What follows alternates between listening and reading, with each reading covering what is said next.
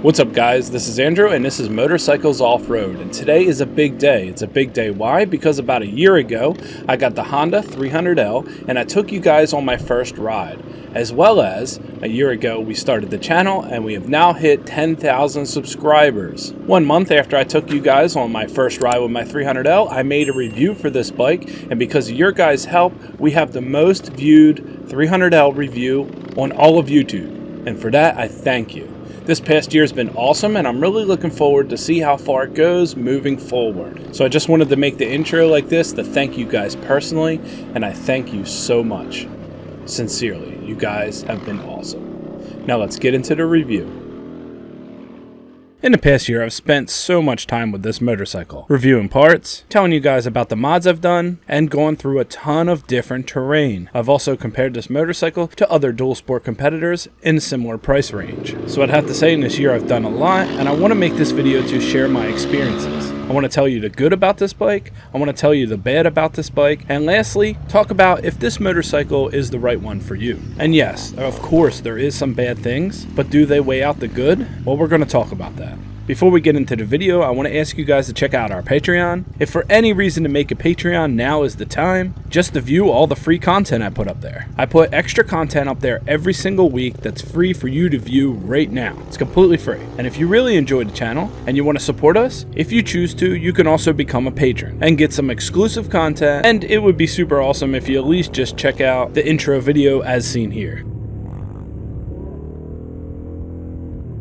Guys, if you're here, you already know. My name is Andrew and I run the channel Motorcycles Off-Road. I wanted to make this video to speak directly to my supporters and anyone. Moving on to the review. First off, let's talk about what Honda really did right with this motorcycle. One, the price has to be mentioned. For what you're paying in MSRP, you really can't beat it. There's no other bike in the market where you get so much motorcycle for this price. The only other competitor in this price point that you can argue is close is the CRF300. And that motorcycle isn't available everywhere, and it's missing some luxuries that the Honda has that make it really great, like the display with the gear indicator and the fuel level gauge, as well as an ABS option. So I feel like the price is a big one because Honda could have easily charged, I don't know, another 25% more on this motorcycle and people still would have bought it. So the fact that here in the US the base model is $5249 is kind of amazing. And I've heard some people say, yeah, but then you got to pay freight and taxes and everything. But yes, that's of course with any motorcycle you buy and you want to make it street legal, you do have to pay your area's local taxes and you do have to pay freight on a new bike.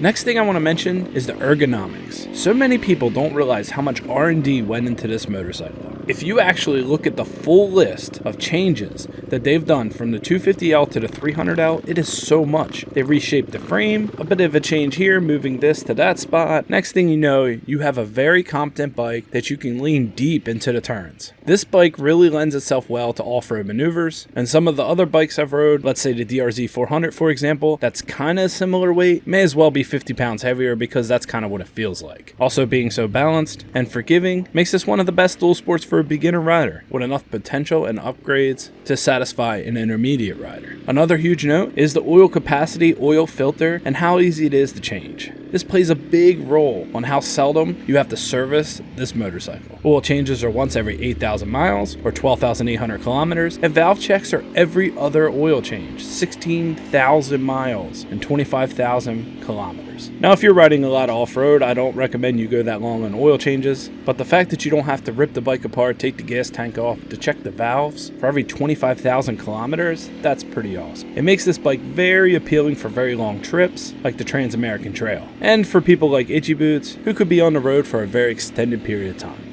So that being said, the rally version of the 300L, in my opinion, out of the box is one of the most equipped motorcycles for one of these trips. This bike is defining a new market in light ADV riding. Because of these facts, I myself will be taking the 300 Rally in the fall for my next 500-mile moto camping bike trip.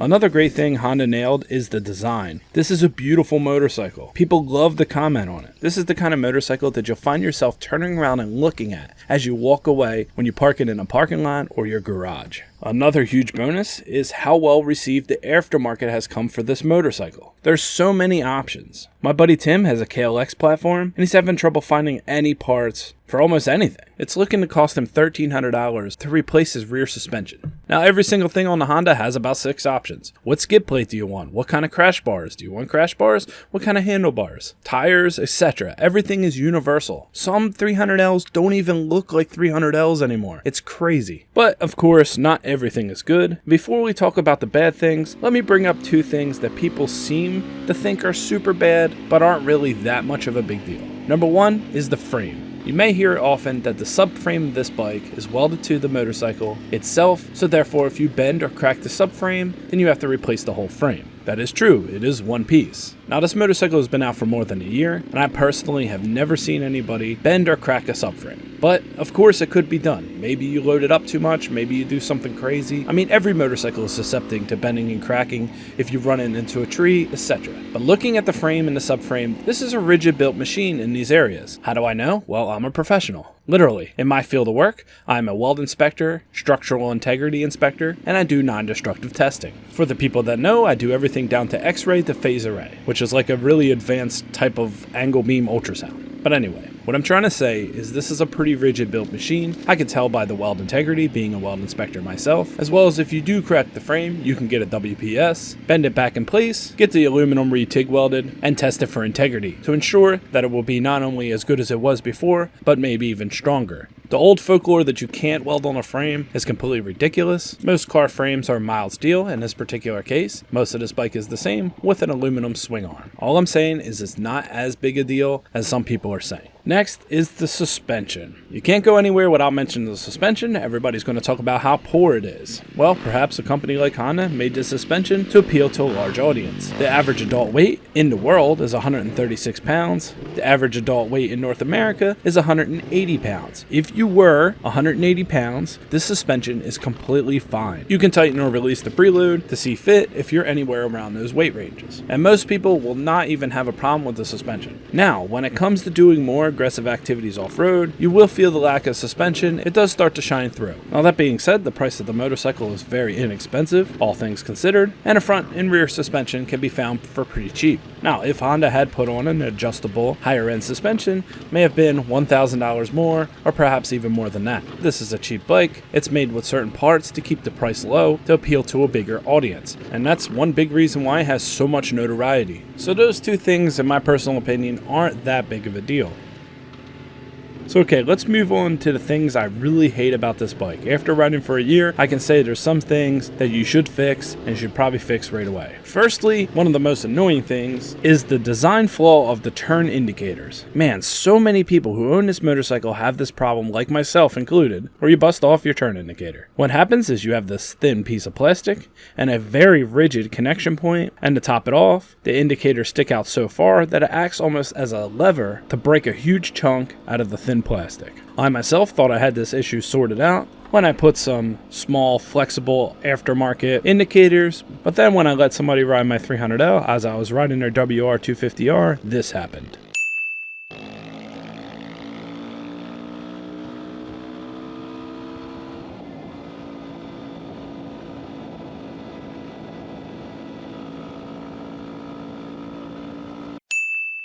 And then you have a huge hole. One big fix is to immediately swap out the indicators or get a flush mount indicator that's not going to have a pull point to rip past this thin plastic. Next is the quality of paint. Almost every single person that wears moto boots, which you should be wearing when you're riding off-road, will scratch up the side panels of the paint. Now, there's a couple easy fixes for this. I mean, you can buy cheap plastic guards that you can zip tie on, they help too, or you can add an extra layer or 2 of clear coat and it'll make it a lot more rugged. But just be aware, this is a weak point of the bike where you will end up scratching it up, and even probably with standard boots, just commuting back and forth to work, you'll put a couple scratches on your beautiful motorcycle. The next thing to point out is the power level. Okay, so this bike is very detuned at the factory. It's a bit lethargic at first, and the gearing is somewhat underwhelming, especially when you move to put a more aggressive tire on the rear, which will actually lose roughly 6% of rear wheel torque.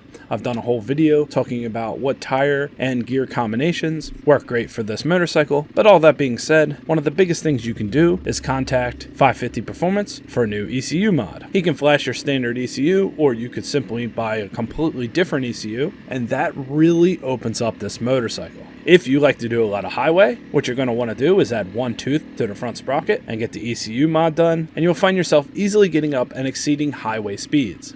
If you're like me and you use the bike primarily for off-road, then you can add some teeth to the rear with a more aggressive tire, and the throttle response and extra torque you get out of the ECU mod really shines through. But some people like myself, coming from much more aggressive motorcycles, will find this bike at first pretty anemic when it's in its stock form. Well, as you can see, the Honda 300L is not a perfect motorcycle. And really, no motorcycle is. There's just too many things to consider, as well as everyone's specific needs. I do truly believe, though, that for a lot of people, the 300L is going to be close to perfect. So who's the motorcycle really for? Well, a ton of people. If you're looking for a great motorcycle just for commuting, then this bike is great for that. If you enjoy working on your own stuff, or you just want to learn how to turn wrenches on a motorcycle, this bike is great for that. If you want to try dual sporting off-road and you don't want to invest a lot of money, this bike's great for that. And if you just simply want to get to places that you can't get with your car and truck, this bike is great for that too. Overall, I would say I highly recommend this motorcycle. It gets great gas mileage, it's easy to work on, and it's fully capable off-road. Is it amazing in anything? No, it's really not. But what it can do is about 80% of any other dual sport out there that costs 2 times its price. It also is far better on the road than those highly priced dual sports. So it's really something to consider depending on your use needs. And I can honestly say that if you're a beginner and you don't have a lot of money to spend and you want to try dual sporting, or you're just a beginner to motorcycling in general, then this possibly may be one of the best motorcycles you can get for that purpose. Well, that's everything, guys. This is 1 year review on the Honda CRF300L. I'm not going to stop riding this motorcycle, and as you heard, I have the Honda 300L Rally coming. I mean, I've been waiting for months. I have a pre-order on it. I'm first in line. So when I get that bike, I'm going to have more videos. I'm going to be able to compare them side by side. And the thing that excites me most about that is I'll be able to lean more towards the off-road with the 300L and then build the 300L Rally completely different with more road in mind, but still capable to go off-road. See, previously I was kind of apprehensive to go complete crazy off-road with the 300L because I still ride it on road from time to time. I mean, I mostly do off-road, but 10%, sometimes 20% on road with this bike. Now I'm just going to be able to really lean into it, do crazy stuff like run tubeless, take off some extra weight, just try my best to make that one for off-road, and then make the other one for more one-day adventures and moto camping and stuff like that. And then of course I still have my Tenere 700, which I like to ride 2-up and do long moto camping trips. So I'm super excited for the future where I can take these motorcycles and as well as where we can take this channel together. As I said, if you could, check out the Patreon, see if you like it, consider supporting us if you want. We're just going to keep moving forward and growing together, and I'll try my hardest to earn your sub, to give you payoff for the time that you invested in watching me and everything to do with this channel. So thank you guys, my name is Andrew, and this is Motorcycles Off-Road. Stay safe out there, guys.